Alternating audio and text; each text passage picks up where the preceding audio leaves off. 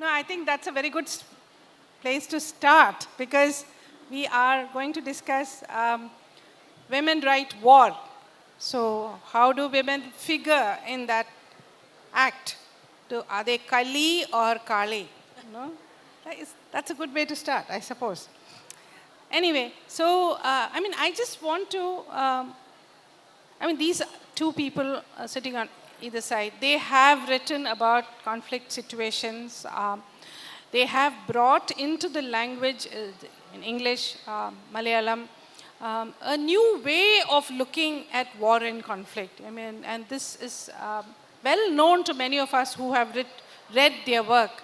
Now, I just want to start off this discussion by pointing to feminist writing on war, feminist international relations writing, which reminds us that war, the whole division that the kind of demarcation that we make between wartime and peacetime is actually quite provisional and actually quite fuzzy when you look at it from a woman's perspective.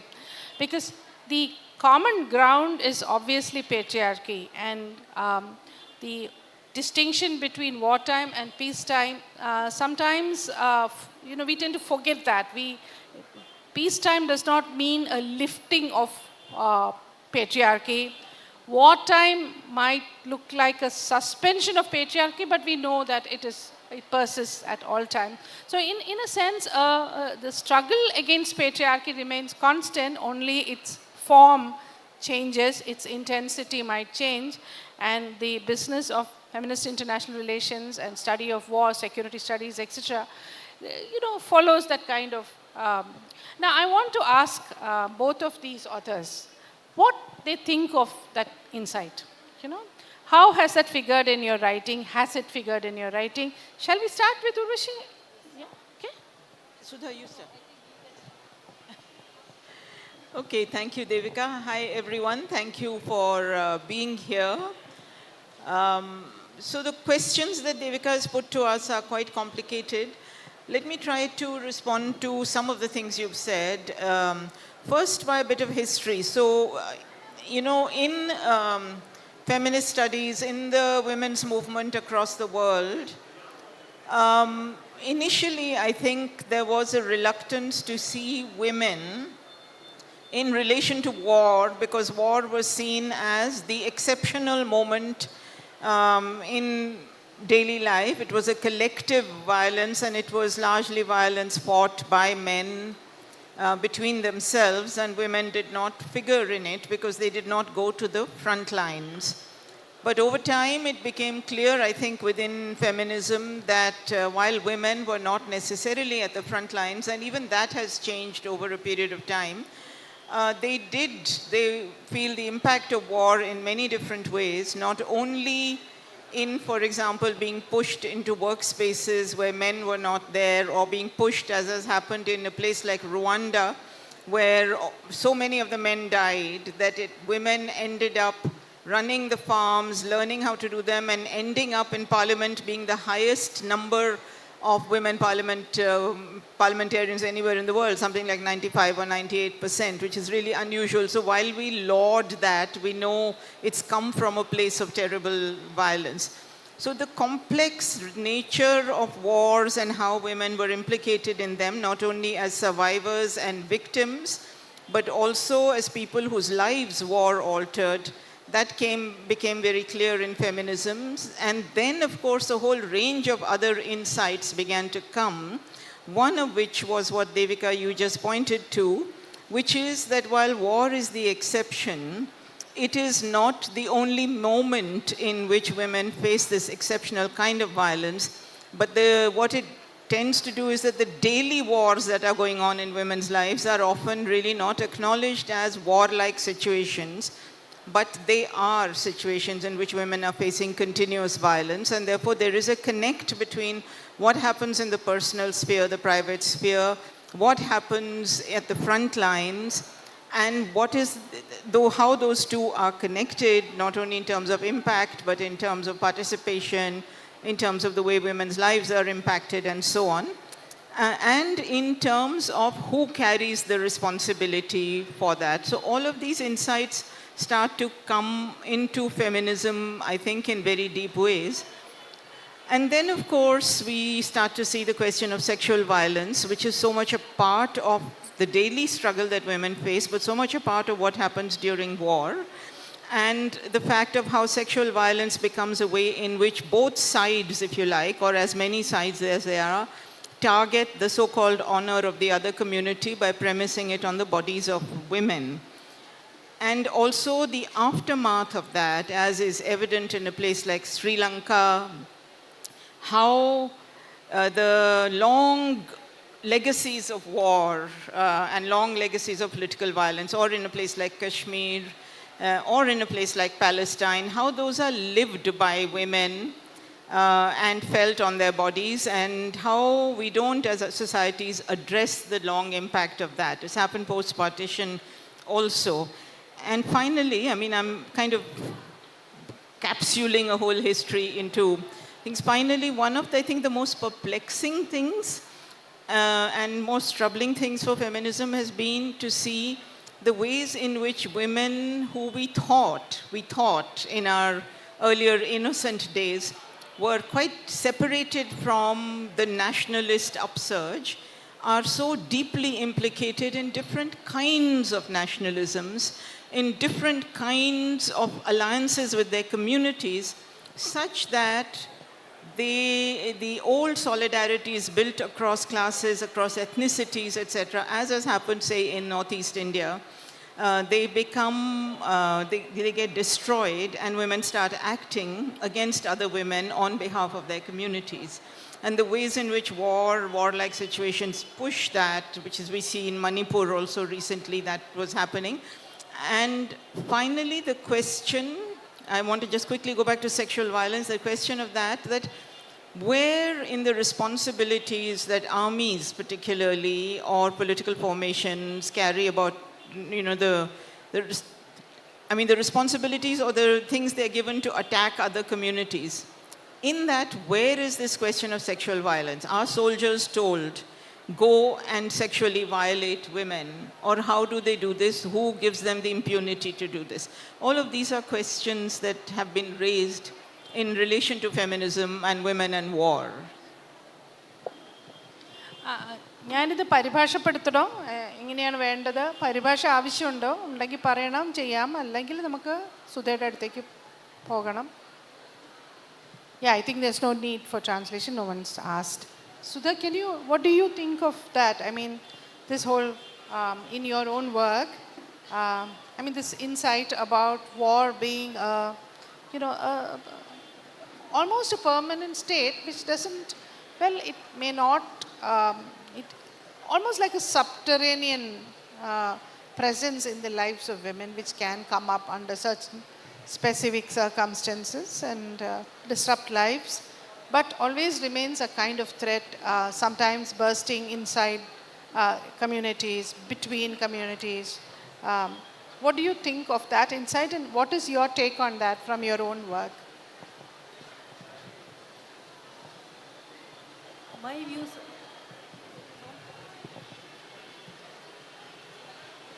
Thank you, Devika.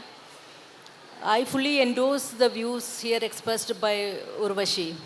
And my own views on women in war and from feminist perspective is entirely based on my personal experience with some of the most vulnerable, exploited, oppressed, and tortured women whom I met in the difficult terrains of Afghanistan and rural Sri Lanka. And adding to what Urvashi was saying, what I feel in the field is one important aspect I would like to highlight is that rape and sexual violence is used as an important weapon by army across the world, everywhere, whether in Congo or Sudan or Sri Lanka or of Afghanistan. Rape or sexual assault is used as the most important weapon. And a female body is perceived as a symbol of the enemy nation, enemy nationhood, enemy nationalism, or we can make it maybe the community, pride of the community. So it is perceived as the pride of the community. So when I saw a woman in Sri Lanka, in Jaffna. Yes. Okay, okay. When I met a woman in Sri Lanka, in the interior part of Jaffna, she was telling me her story. Her daughter was raped by a Simhala police officer. And when a Simhala person sexually abused a Tamil lady, a Tamil woman or a small kid, he is perceiving it as conquering Tamileeram, not that particular female. And similarly in Afghanistan also, when Taliban militants sexually abuse a Hazara woman, he sees it as polluting the Hazara, the Shia community. So here, the female body is perceived as the pride of the community, and here also, I think the patriarchal norms works. A second important aspect I would highlight here is, apart from doing all the day-to-day responsibilities as a daughter, as a mother, as a wife, the woman, on one side, the woman has to face the whole horrors of war, and on the other side, they have to fight with the social norms that change their social mobility, their upward political mobility.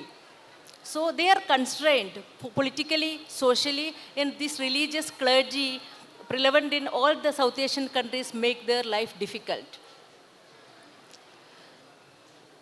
Anything? I also was thinking, I mean, besides this works, yeah. Besides these insights, I was thinking what is also interesting is, I mean, both of you have written about conflict. And one of the really interesting things from my reading of your work, and especially of the reception of your recent book, Sudha, and for you it happened long back, and it's happening with her now, you know.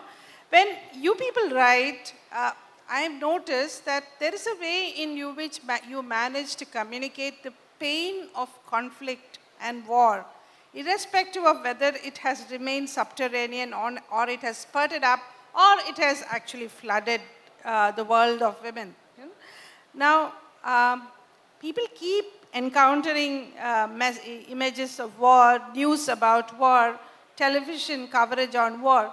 And yeah, people feel sorry, people feel upset, yes, but those are very superficial kind of emotions.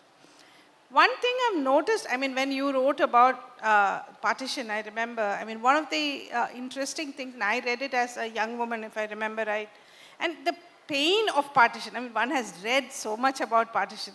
It was almost, and one read, the kind of pain that one read, felt when, and also the enlightenment, you know, like you kind of made us look at partition without taking sides, because that was not the important thing. You made it very clear. The most important thing was what people suffered, the kind of pain people suffered, how they overcame that pain, how they regained their humanity. And I think that was an important lesson for some of us, in the sense that the writing touched us, taught us about what it means to go through war for women, and how to heal, and how to overcome. And that's a very different way of writing war. So I thought this title is very interesting, and somehow it touched on a most important thing. And recently, your book, Sudha, I was noticing how it was accepted on Facebook. I think Sudha's book, Charitram Adrishyamake Murubagar, was one of the most discussed books on my Facebook, my neck of the woods in Facebook at least. I know a lot of people discussed it, and what was really interesting about the acceptance of that book was a lot of people, obviously the people who shared and wrote about it were not ignoramuses. You know, they were in the know of a lot of things. There were people who read books, there were people who watched television and all that. But the book touched them in a way that none of these other discourses did. Somehow people, I think, reading your book, felt the pain of the refugee with a kind of intensity that is missing in the reportage and other things. So I want to come back to both of you to share your reflections on how this was possible.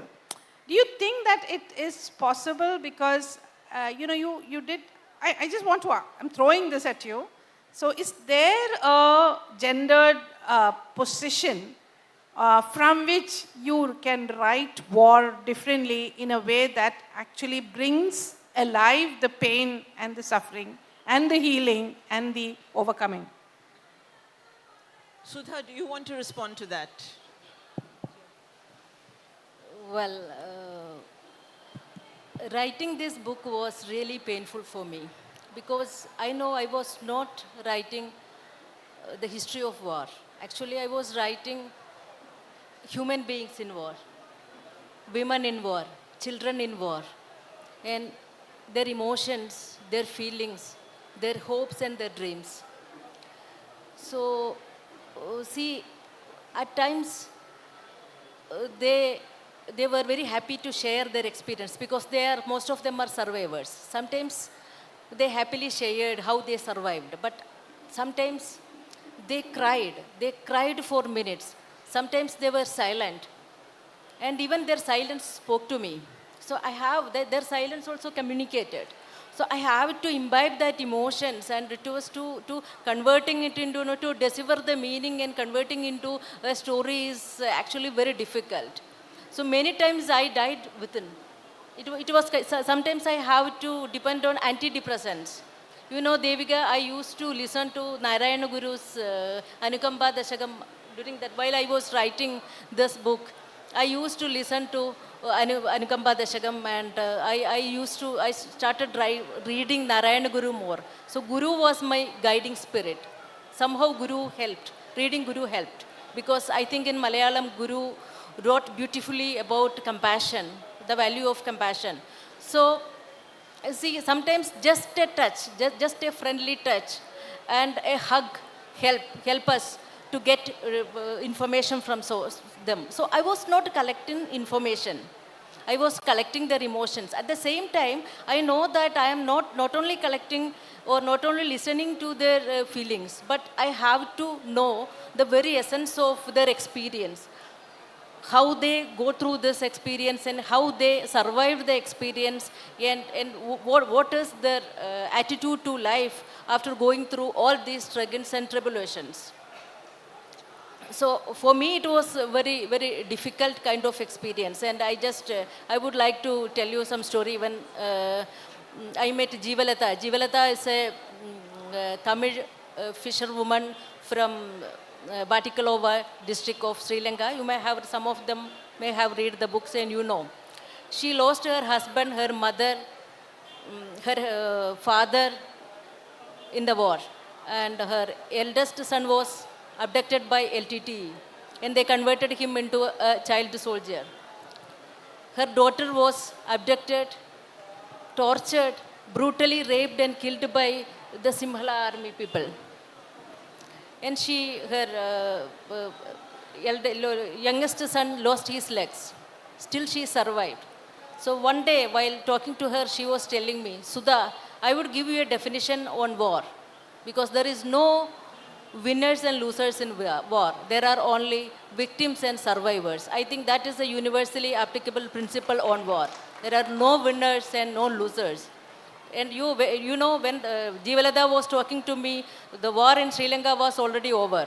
And the entire world was hailing Rajapakse as those who destroyed LTT forever. But the curtain is just pulled down. But behind the scene, for us, for the media, for the world, the war is over. But it is there. It is there behind the scenes. And they have to learn. See, they told me, many Tamil women in Jaffna in Batikalova told me, see, they were trying to systematically destroy us. The state-sponsored genocide. They burned our fields. They bombed our schools. They destroyed our hospitals. So they were trying to ensure that we do not get any material resources to survive. In Devika, this is what exactly happening in Gaza now. See, just in October itself, 3 weeks of October, do you know 3,000 children were killed? This is UN report. UN report says that 3,000 kids were killed in October in Gaza. And there also they are destroying the electric grids, they are bombing the farms, you know, and they are poisoning the wells. So this is the state-sponsored violence. This is the other version is happening in Manipur, many part of the world. So everywhere, one or other war is going on. And I think that writing about war is not enough. I read, long back I read Urvashi's book, The Other Side of Violence. And that was my inspiration to write this book, frankly. First, before writing my book, I read your book. Then Svetlana Alexievich's books on war. The Unwomanly Face of War and The Last Witness. And all these books I read, but still war is going on. And I think Jivalada was right in telling that there are no losers and winners in war, only victims and survivors. This is my take on. Thank you. So just to follow up on what Sudha is saying and the question that Devika asked, is there a gendered writing of war? Is it something that women and men at least do differently? And I don't think that there is a simple answer to that question. But I think what it is Sudha, what you pointed out, that traditionally writing on war, which happens to by and large have been done by men, has written about war as a battle for territory, as a battle for power, as a battle for land. I mean, the ways in which the battles that are going on across the world are articulated are by and large in those terms.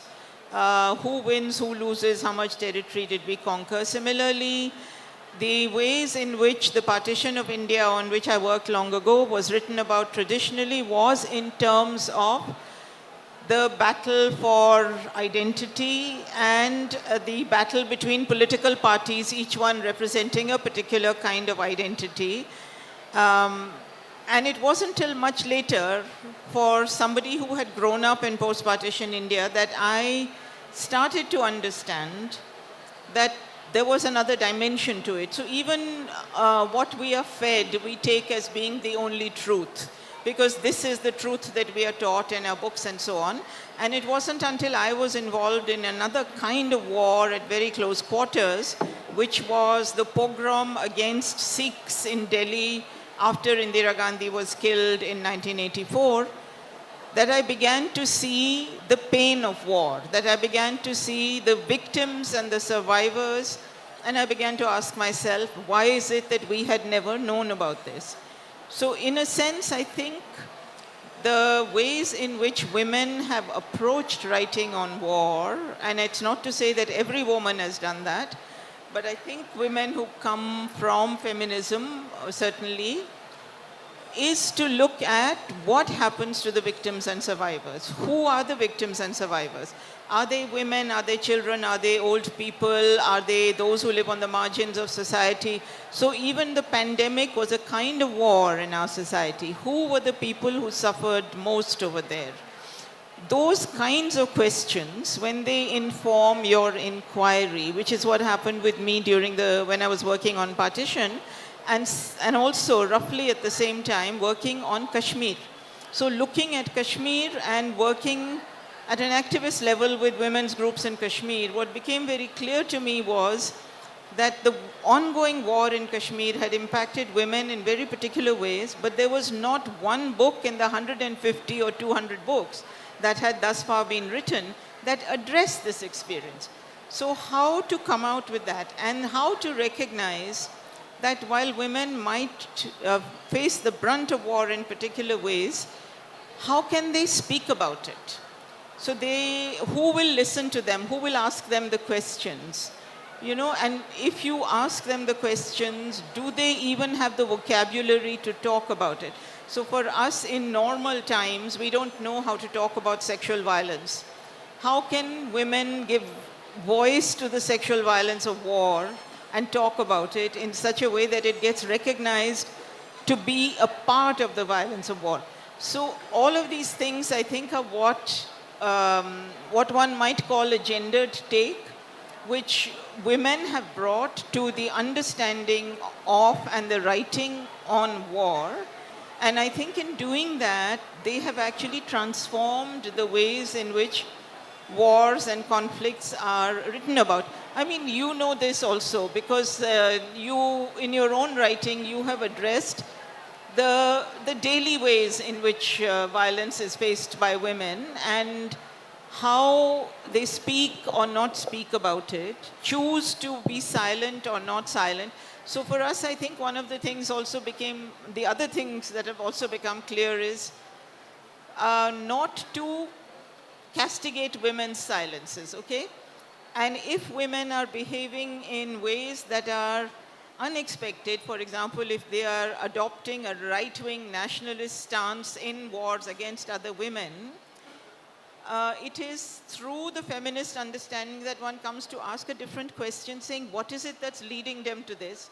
Rather than condemning that and seeing, condemning all other women alongside it. So in a sense, I don't know, Devika, instead of asking the questions, can you also talk a little bit about your own thinking on this? That would be really interesting. Now, as you were saying this, I was thinking about K.R. Meera's work, where violence is something that is so normal for women, so in their lives. Her wonderful novella, which Malayalis know as Amarathe Marannu Maranyan, the world that the novella opens is completely, there's no illusion at all of peace. So it is a world of war, constant violence, which the woman, the protagonist called Radhika, is born into. And Meera has a way of just ripping the veils, all the hypocrisies, and just showing you that this is it. Women, this is what women do. They face violence, they overcome it, they stumble, but they pick themselves up, they hit back, they may win, they may not win, and then that is how it is. And how her central characters are all women who negotiate violence on this new book of hers. And it's interesting how, like if Hangwoman, which I translated her Arachar, the woman actually walks into, a public sphere and, ethical journalism, etc. That is how she gears herself, strengthens herself to face violence. She actually takes patriarchal violence by its horns, by actually hanging someone and doing it in an extremely humane, dramatic kind of way. And then walking out of it into a public, that is how Hangwoman ends. But if you look at this new book called Assassin, or Khadagan in Malayalam, that is classic neoliberal feminist paranoid narration. Because here is a woman who, neoliberal feminism is really born out of terrible violence. In the sense that a neoliberal feminist is by definition paranoid because she imagines violence around her, but she has to face it all by herself. It cannot be through a movement, it cannot be through solidarities, it has to be by the dint of her abilities. So there is a permanent vulnerability and a permanent wounding. And that wound can never be healed. It has to be actually kept open for the woman to be fighting. So in this novel, it starts with a death threat to this quote-unquote heroine. She overcomes and it's a paranoid narration. Everybody on her side is very pure, genuine, good people. Everybody who's opposed to her is mud and evil and terrible. So that is how paranoia works, by dividing the world into black and white. And it goes on like that. There's much one can talk about the novel, but the point is, by the end of the novel, she has arrived triumph. She has overcome all her enemies. She's defeated all her, all her rivals and everything, and she has triumphed. But then she's returning from the triumph, and then someone calls her with a threat of violence. So that is neoliberal feminist, the treadmill for you. So in that sense, I think if you look at use this lens to look at the work of women writers in Malayalam, who has not been constantly writing of violence? And if you look across generations, there is Lalitambika and others of the 20th century who were born in hope, of the nation. By the time the hope of the nation is kind of setting, that is the 1980s, in the work of Manasi and particularly even Ashita, there is this fear of violence that underlies, her very modernist feminism. And Sarah Joseph, feminists have openly talked about how violent the world is and how women have negotiated on an everyday, constant basis. So you're right. There is a way in which, whether we are actually writing about war or not, whether maybe we are just writing about what happens in a kitchen on a daily basis. But it has to do with, a state of persistent violence. If war is a state of persistent violence, and as you point out, your interviewee pointed out, that it has nothing to do with winners and losers, but all about victims and survivors, then this is true. But I want to ask another question before we open up to the audience. Again, when you were talking, I was thinking about Svetlana, especially that last point you made in your first answer, Urvashi, about women becoming complicit in violence. I was thinking of Svetlana Alexievich's fantastic second-hand. Her anecdotes. And each of this, that can make a short story. They are so powerful. So there's one interview which I found particularly poignant. This is about a woman who returned from the war. She fought alongside the men. She was one of the female guerrillas. And she comes back home. And then within months, her and her husband, and she's been fighting the war with her husband, met her husband during the guerrilla war, married him. They went on to fight the war together. They were together throughout. 6 months after the war, he says he wants to divorce her. And she is aghast, distraught, and asks him, and he says, look, you remind me of that time. You remind me of the time all the time. I want to put it behind me and a fresh start. And he goes on to marry a young woman who had nothing to do with the war or anything, who was, So, what is the status of the... so, again, how have you seen in your writing the woman who gets implicated in the fighting? And what is the cost that she pays? Is there any gain that actually she makes? It's interesting you ask that question, because I think one of the aspects of wars and conflicts that we have not addressed that much, and when we talk of victims and survivors, which is the truth of war, it is still much more the victims we are thinking of, or if we are thinking of the survivors, we are thinking of survivors who continue to face the brunt of the violence. But there are other ways as well in which women who have used different stratagems to survive war become seen as, for example, bad women. So if you look at the Bangladesh war, there is a writing on the Bangladesh war. There's one particular novel I'm thinking of by Shaheen Akhtar called The Search, called Talash in Bengali, which shows how women who were sexually assaulted or sexually used, both by the Mukti Bahini and the Pakistani army, often got into relationships with the Pakistani generals who were perhaps more humane and loving, I'm using the word within quotes, towards them than their own compatriots were, whatever the reason might be. And those relationships are what allowed them to survive. But after the war, so this is the opposite of the kind of incident that you're giving. After the war, they become the bad women.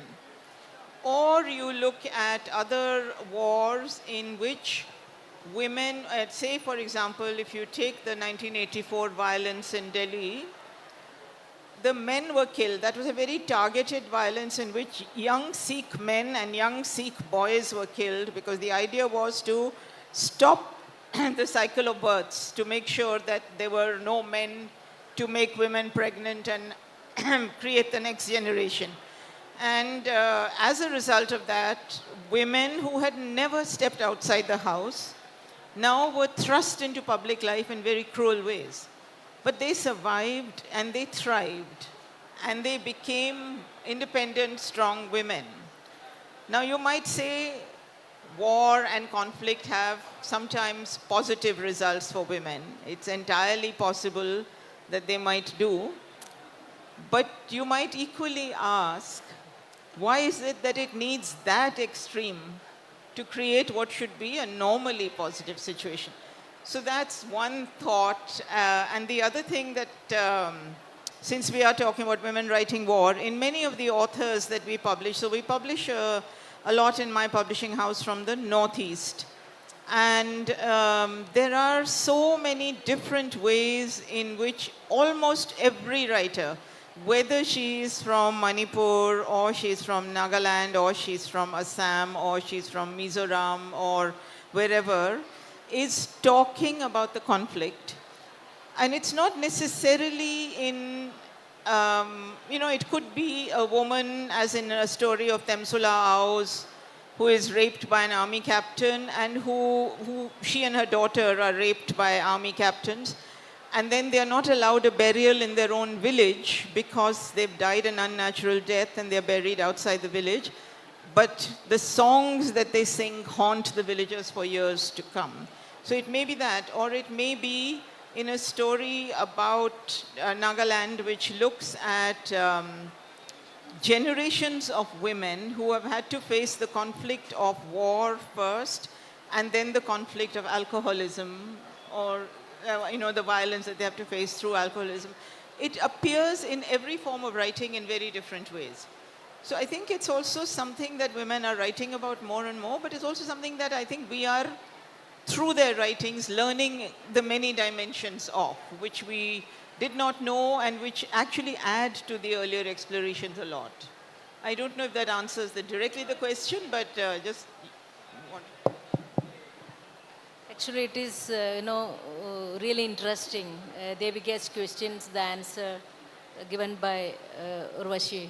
Because, while I was listening to this, I was thinking that there are so many aspects of war that needs to be explored. How it affects women in their everyday life and personal life. So the question was very relevant. From my experience, I can point out two things. In Sri Lanka, I met some women who were part of LTT militant group. So when the war was over, they slowly came back to normal life. Some of them married, and I met a lady who got married to a Simhala man. So I find it really amazing. Even Jivalada's youngest son also married to a Simhala woman. So this I find exemplary. So, see, after these 3 decades of the prolonged war and conflict, finally, and even working in a militant group, finally a woman coming into terms of the futility of conflict and futility of these racial differences, and coming into terms with that reality, and decided to live with a man from other race. So that I find very exemplary in that case.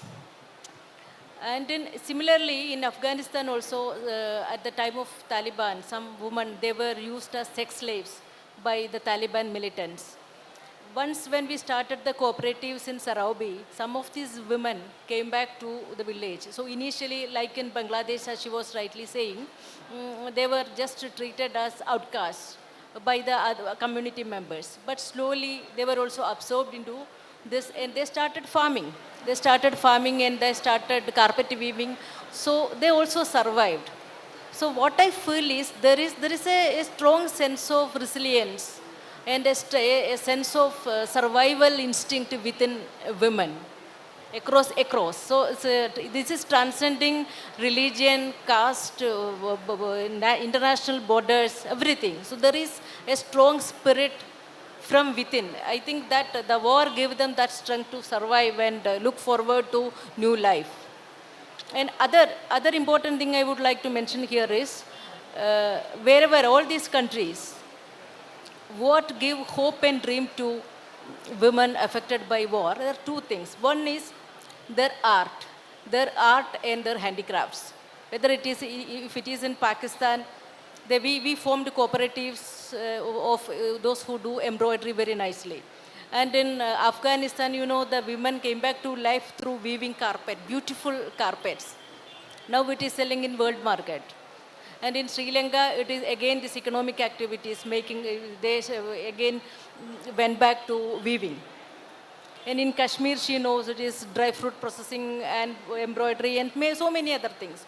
So this, their art, their handicrafts, and second things, the women's active participation of economic activities. So that also is a predominant factor, I think. When they are, and there's from above, out of this, there emerges a collective sisterhood of women who suffer from war. So that itself is a strong pillar to support them in their future way. So the collective sisterhood of women and the participation of women in economic activities are two important things. And another important aspect that I would like to highlight is including women in peacemaking and peace building process. Even now there is no. So I think feminist writers should focus more on that. Women is hardly represented in this peacemaking process. You may have read the story of Leima Bowie in the Liberian Civil War. They have to literally run into the room where the peace talk was going on. And I think she scolded them and she declared that she and her group members, the campaigners, will strip off. And they even, I think, they declared that they will not give sex to their male partners if they did not end the war. So we cannot imagine that kind of, revival from our own country. Our civil society is silent, isn't it? Our media is silent about Manipur. When the 3 women were forced to walk naked on our streets, our media was silent. Our civil society was silent. So somehow we have to break the silence. And I think, as I told you, the collective sisterhood of women will definitely help us to move forward. Thank you.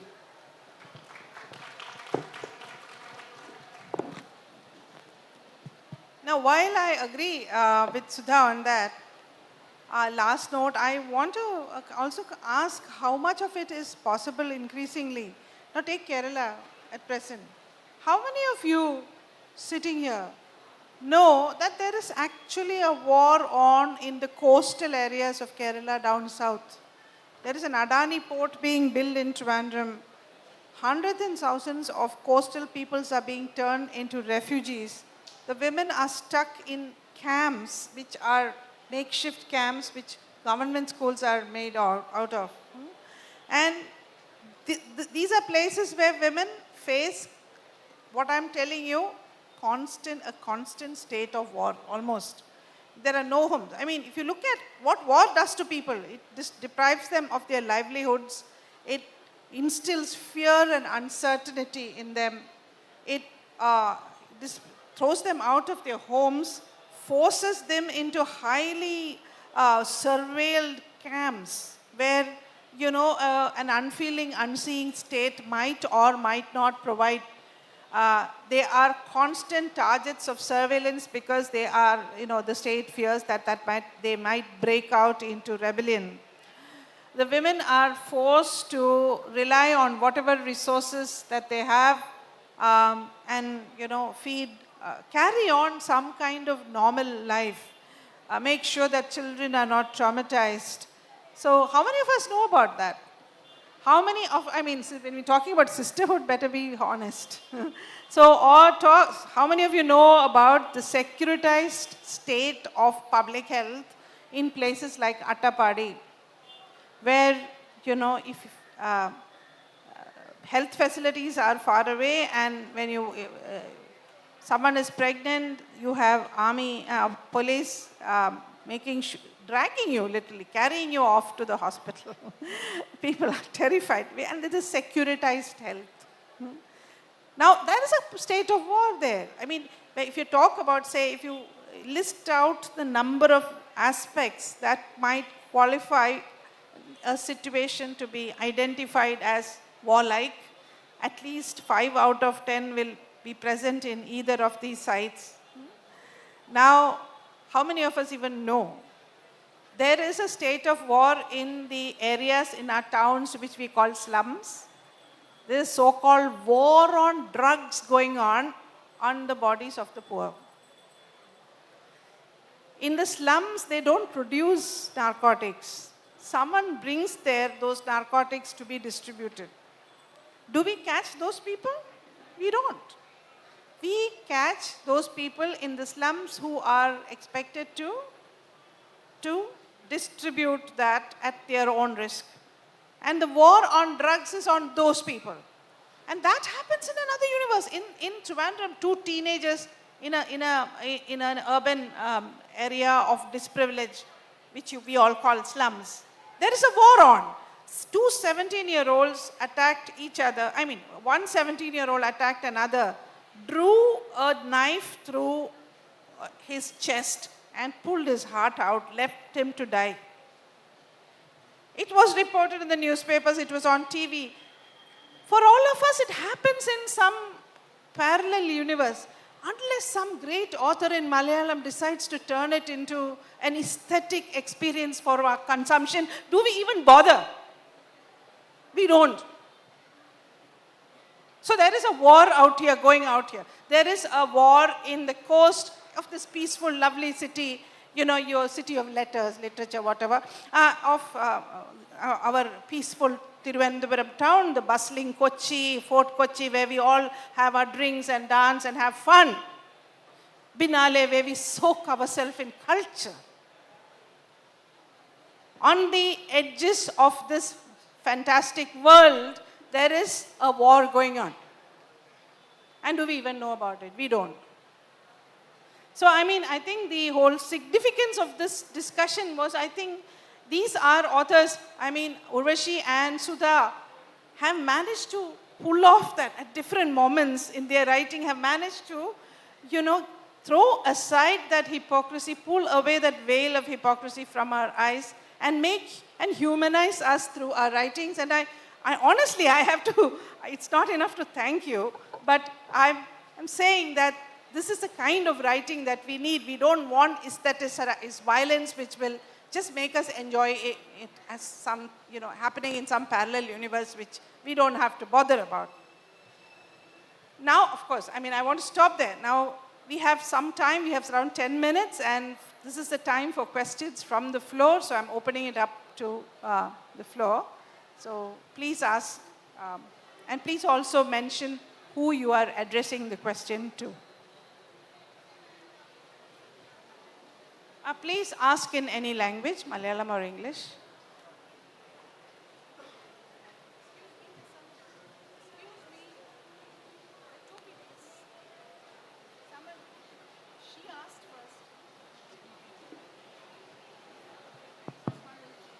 Hello. Hi, my question is for Urvashi ji. Could you comment on the ongoing conflict in Israel and Palestine, which is on so many of our minds? It doesn't look like it's going to end anytime soon. World leaders and countries haven't said or done enough. I think that kind of reflects exactly what ma'am just said. What are we waiting for? What is the world waiting for? What's it going to take? Because we know that Israel has excellent military power. It's got a drone that can target an individual. So if it's bombing to wipe out entire hospitals and schools, it's a choice. It's definitely a choice that they're making.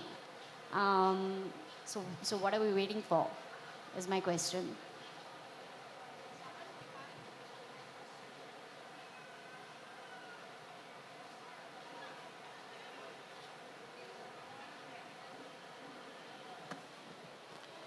We can take some questions. So if you have, please raise your hands.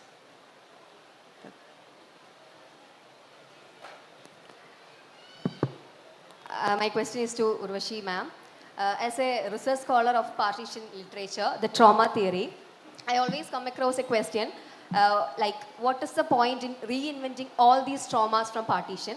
And I'm sure that you might have heard this question since you have reinvented some personal trauma too.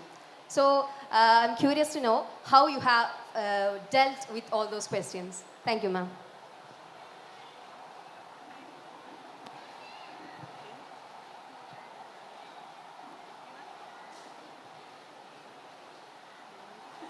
Okay, I'm going to respond to those two questions that have been put to me. In answer to your question, what is the world waiting for? Well, I think really that's pretty clear to me. The world is waiting for Israel to wipe out the Palestinians and finish the option of a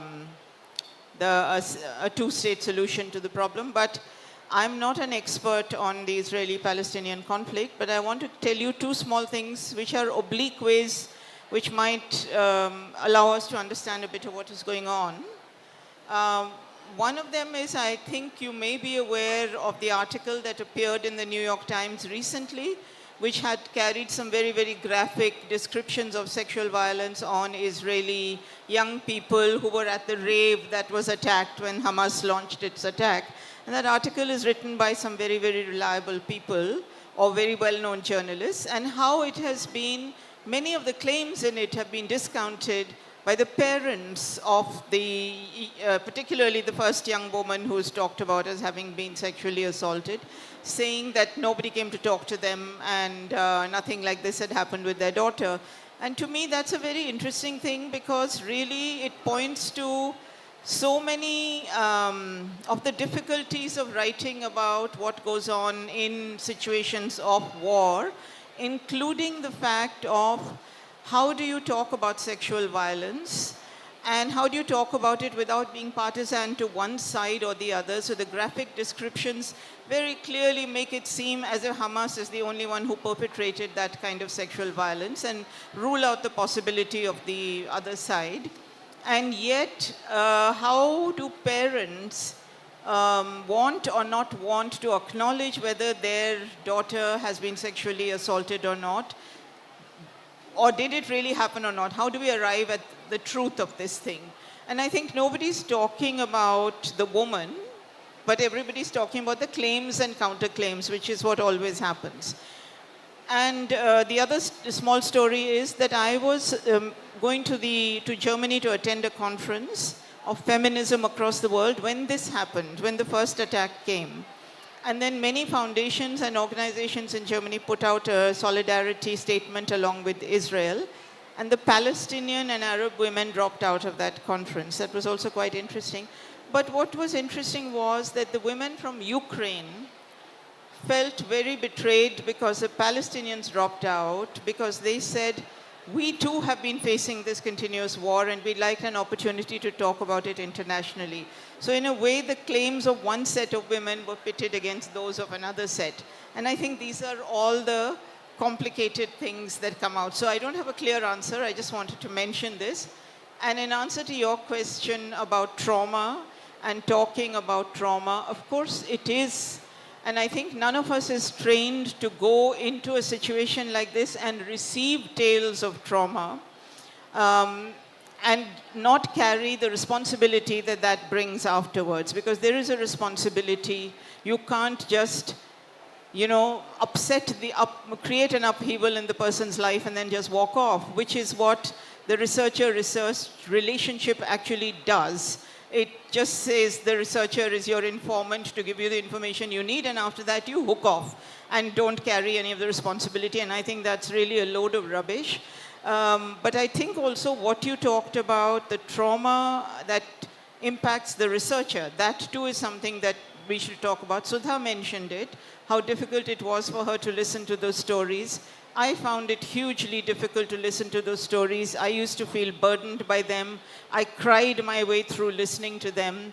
And one of the things that I found that helped me a great deal was being able to share what I was feeling with my feminist friends and in feminist solidarities. And feminism at that time had created this circle of friends where you could actually talk about these things. So we could share some of those thoughts, lighten those burdens, and that helped a lot.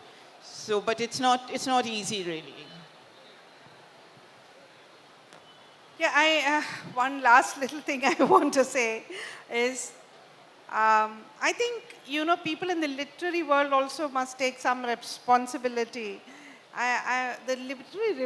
Just think about the literary representation of the violence of war in Malayalam literature. I mean, I know that a certain novel which depicts the violence in Sri Lanka against the bodies of Tamil women, widely read in Kerala, greatly appreciated, but that was nothing but trauma porn. See, when you're representing the violence of war as nothing but sexual violence on the bodies of women, aestheticizing it, pornifying it by, relating it like phrase by phrase. And, that, I don't know, that novel was celebrated in Malayalam as some great object of literature. I don't know how, because, how can you consume that experience like that? So I think some of us also need to there have been also, I'm just talking about this on Sri Lanka, the descriptions of rape in that book are terrible. I mean, they are unbelievable. How anyone can do that. Or there are other Malayalam writers who command a vast readership who write about the trauma of rape on 12-year-olds, 8-year-olds. And it gets passed off even as feminist writing. I've seen a translation of that book, that particular writer, being advertised in a leading English online magazine as intersectional feminist writing. Anything can be that now. So I think as readers, I think we should stop here. We are running out of time.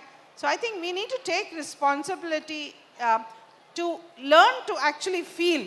The whole responsibility of feeling, not just seeing or hearing, is important.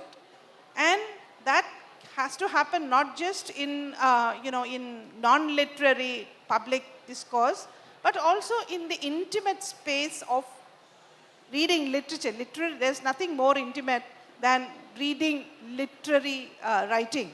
It's a very intimate act. So we have to practice non-violence against women who struggle against the violence of war, even in the intimate act of reading literature. So I think we can stop here. We are, right on time. If there is a last question, we can take that. Oh yes.